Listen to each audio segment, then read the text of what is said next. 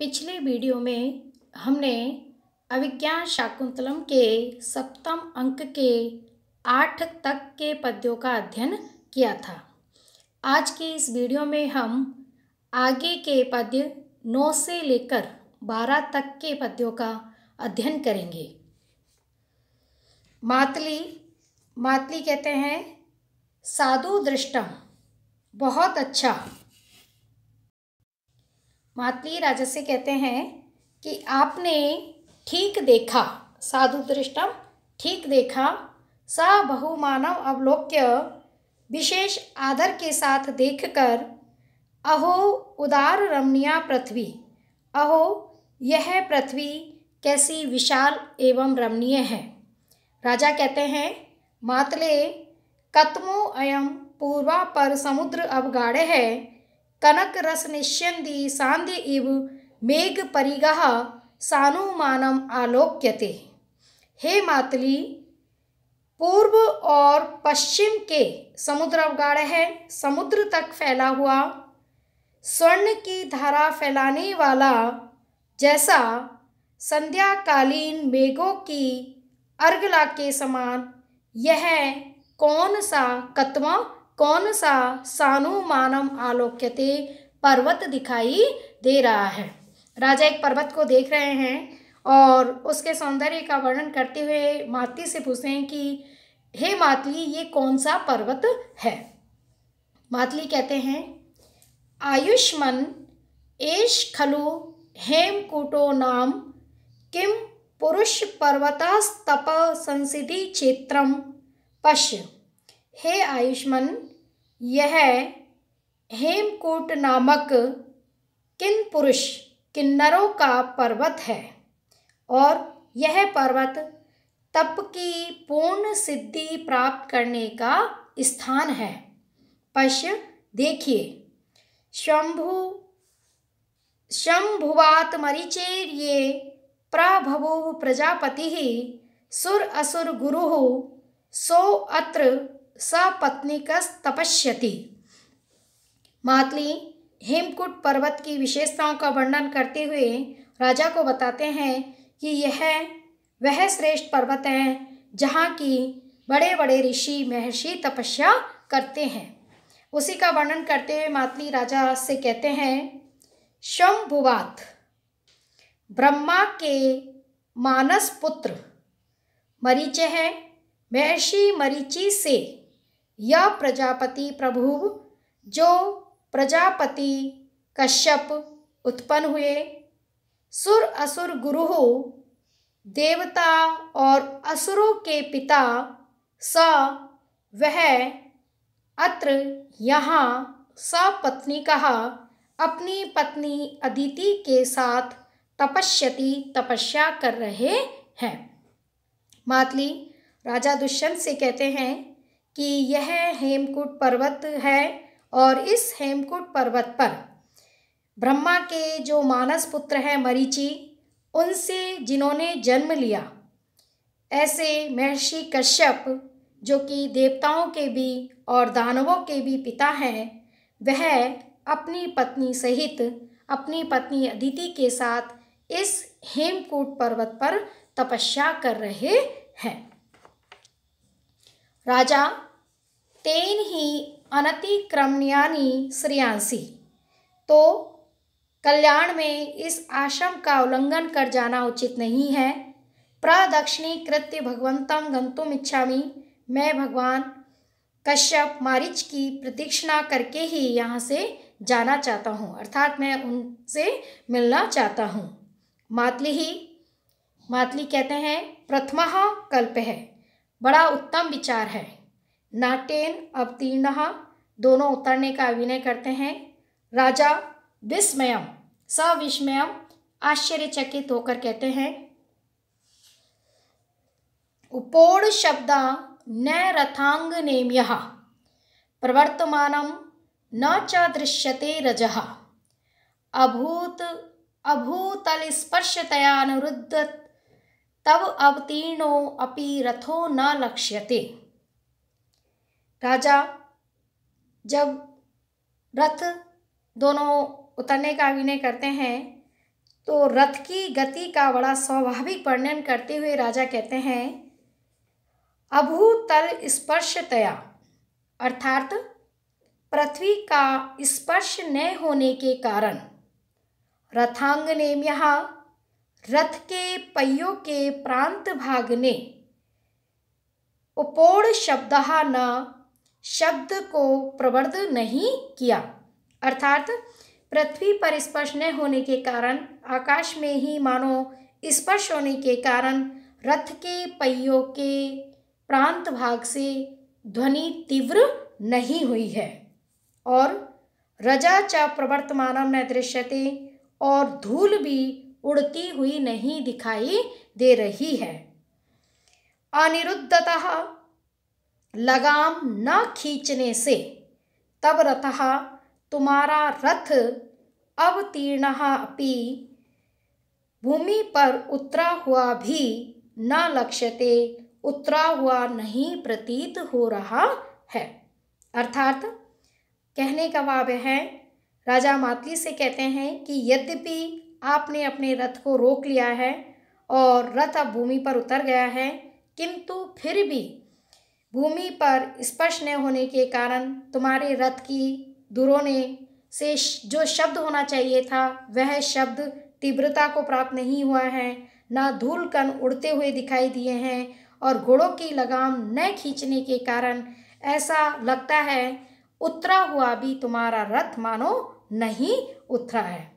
तो यह तुम्हारा रथ चूँकि देव रथ है और इसलिए देव रथ की विशेषताओं से मंडित है। तो यहाँ इस पद्य के अंतर्गत राजा के द्वारा रथ से रथावतरण का बड़ा ही स्वाभाविक वर्णन किया गया है।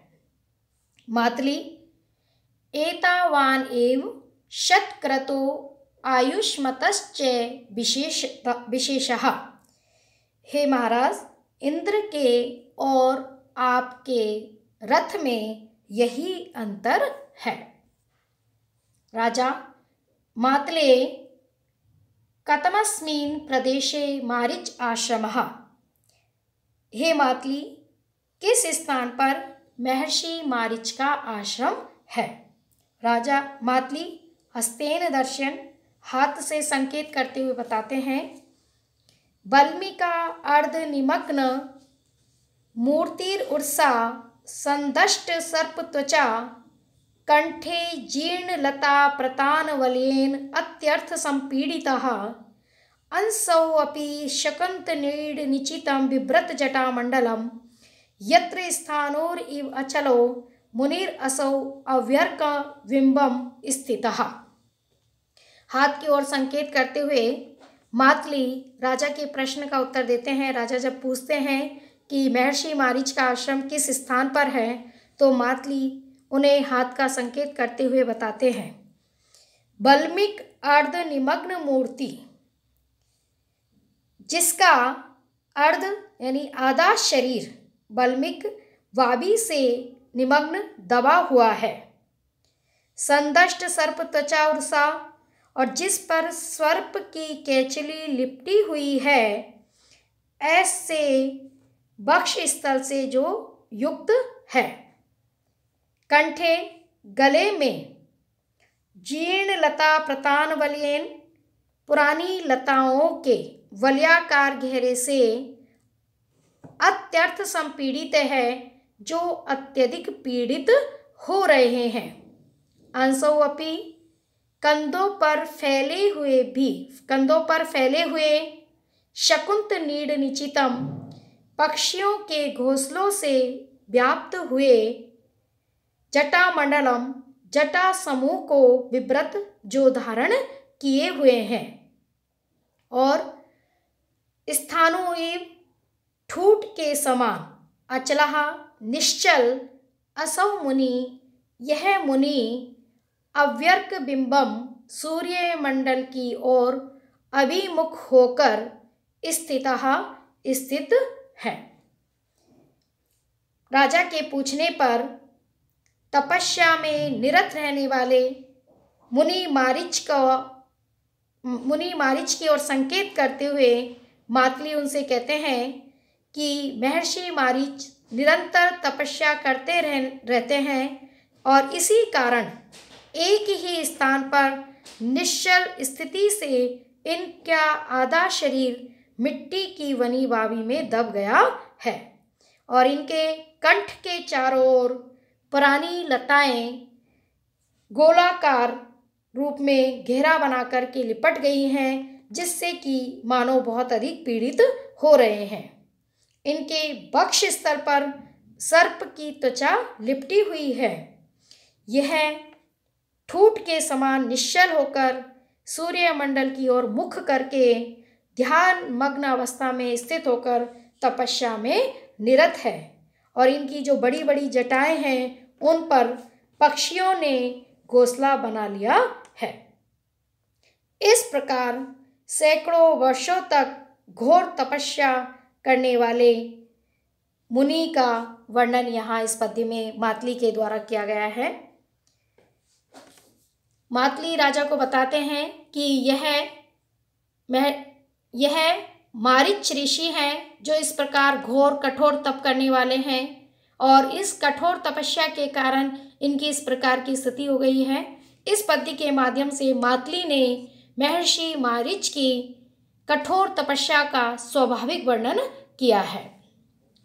राजा कहते हैं, नमस्ते कष्ट तप से, कठोर तप करने वाले महर्षि को मैं प्रणाम करता हूँ। मातली संयत प्रगृहम रथम कृत्वा, घोड़ों की लगाम खींचकर और रथ को रोक कर कहते हैं, एतावदिति परिवर्धित मंदार वृक्षम प्रजापतिर आश्रमम प्रविष्टौ स्वः। अदिति के द्वारा, जो कि महर्षि मारीच की पत्नी हैं, उनके द्वारा पाले गए मंदार वृक्ष वाले प्रजापति मारीच के आश्रम में अब हम दोनों प्रविष्ट हो गए हैं। राजा स्वर्गात अधिकतरम निवृत्ति स्थानम, यह स्थान तो स्वर्ग से भी अधिक शांति प्रदान करने वाला है। अपहृत अमृत हृदम इव अवगाढ़ो अस्मि, यहाँ पर पहुंचकर मेरा हृदय मानो अमृत के सरोवर में निमग्न हो गया है।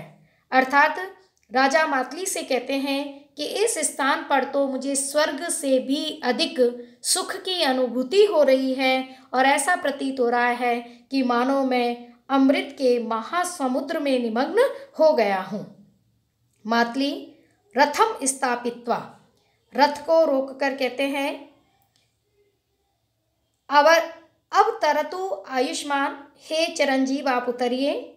राजा अवतीर्य उतर कर के कहते हैं, मातली भवान कथम इदानीं, अब आप क्या करेंगे। मातली कहते हैं, संयंत्रितो मया रथ है, मैंने रथ को भलीभांति रोक लिया है। वयम अपि अवतरा में है, मैं भी, हम सब यहाँ उतरते हैं। तथा कृत्वा, वैसा ही करके। इतः आयुष्मान, आप इधर आइए चिरंजीव। परिक्रम्य, घूमकर, दृश्यन्ताम अत्र भवताम ऋषीणाम तपोवन भूम्यः, आप पूजनीय ऋषियों की तपोभूमि का दर्शन करें। राजा ननु विस्मयात अवलोक्यामि, निश्चय ही मैं बड़े आश्चर्यचकित होकर के इस तपोभूभाग को देख रहा हूँ। प्राणानाम अनिलेन व्रतिरुचिता सत्कल्प वृक्षे वने तोये कांचन पदम रेणु कपिशे धर्माभिषेक क्रिया ध्यानम रत्न शिलातलेषु विबुध स्त्री सन्निधौ संयमो यत् कांक्षन्ति तपोभि अन्य मुनियस् तस्मिन् तपस्यन्ति अमि। राजा उस तपोभूमि के अद्भुत सौंदर्य का, अद्भुत महात्म्य का वर्णन करते हुए कहते हैं, सत्कल्प वृक्षे बने, अविष्ट फलदायक कल्प वृक्ष वाले वन में अनिलेन, वायु वक्षण से, प्राणानाम व्रति, जीवन धारण की क्रिया उचिता संपन्न की जाती है। अर्थात ये तपोवन ऐसा है जहाँ की मनुष्य जो चाहे, व्यक्ति जो जाए, प्राणी जो चाहे वह प्राप्त कर सकता है। किंतु अद्भुतता तो देखिए कि यहाँ पर व्यक्ति या प्राणी या तपस्वी केवल वायु भक्षण से अपनी आजीविका को संपन्न कर रहे हैं। कांचन पद्म रेणु कपिशे तोये, स्वर्ण कमल के पराग के पीत वर्ण वाले जल में धर्माभिषेक क्रिया, धर्मार्थ स्नान की क्रिया की जाती है। अर्थात यहाँ किसी प्रकार का लोभ लालच परिलक्षित नहीं हो रहा है। रत्न शिलातलेषु, रत्नों के शिलातल पर ध्यानम, ईश्वर के ध्यान में निमग्न हुआ जा रहा है या ईश्वर का ध्यान किया जाता है। अर्थात रत्न के शिलातल पर बैठकर भी व्यक्ति वैरागी होकर केवल ईश्वर के ध्यान में रत रहता है। विबुध स्त्री सन्निधौ, सुरांगनाओं के, देवांगनाओं के समीप में संयमः, इंद्रिय निग्रह किया जाता है। अर्थात अद्भुत सौंदर्य से संपन्न देवांगनाओं को देखकर भी व्यक्ति का हृदय नहीं डोलता है। अर्थात वह अपनी इंद्रियों को नियंत्रित कर अपने ध्यान में निमग्न रहते हैं, अपनी इंद्रियों को वश में करते हैं।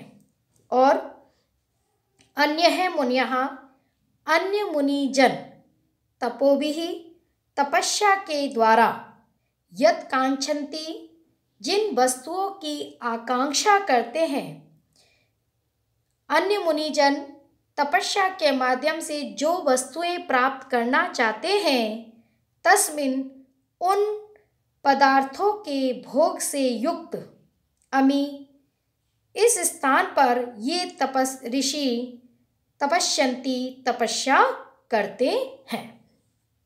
अर्थात राजा मातली से कहते हैं कि यह स्थान अत्यंत अद्भुत है। अन्य मुनिजन जिन पदार्थों की कामना से घोर तपस्या करते हैं, यहाँ के ऋषि, तपस्वी, मुनिजन उन पदार्थों को प्राप्त करके भी उनकी उपेक्षा करके ईश्वर प्राप्ति रूप घोर तपस्या में निरत रहते हैं। यह तपोवन अद्भुत है। इस तपोवन में अविष्ट फल देने वाले कल्प वृक्ष स्थित हैं। फिर भी मुनिजन उनके स्वादिष्ट फल ने लेकर केवल वायु का उपभोग करके अपने प्राणों को धारण किया करते हैं। यहाँ के सरोवर का जल स्वर्ण कमलों के पराग से पीत वर्ण का है और सुवासित है। फिर भी मुनिजन उसमें जल केली न करके केवल धार्मिक क्रियाओं को संपादित करते हैं। यहाँ रत्न जड़ित शिलाएं हैं जिनका उपयोग सुरांगनाओं के साथ रमण में किया जा सकता है, किंतु फिर भी ऋषि मुनि जन उन शिलातलों का उपयोग केवल ध्यान में, तपस्या में करते हैं और सुरांगनाओं के समीप रहकर भी अपनी इंद्रियों को वश में करने का सामर्थ्य रखते हैं। इस तरह यहाँ पर घोर तपस्या में निरत मुनिजन अद्भुत तपस्या करते हैं और उनका यह अद्भुत तपस्या निश्चय ही आश्चर्य उत्पन्न करने वाली है। इस प्रकार इस पद्य के माध्यम से राजा हेमकूट पर्वत पर तप करने वाले ऋषि के अद्भुत तप का बड़ा ही सुंदर वर्णन करते हैं। आज का वीडियो हम यहीं पर समाप्त करते हैं। आगे के प्रसंग का अध्ययन अगले वीडियो में करेंगे। तब तक के लिए धन्यवाद।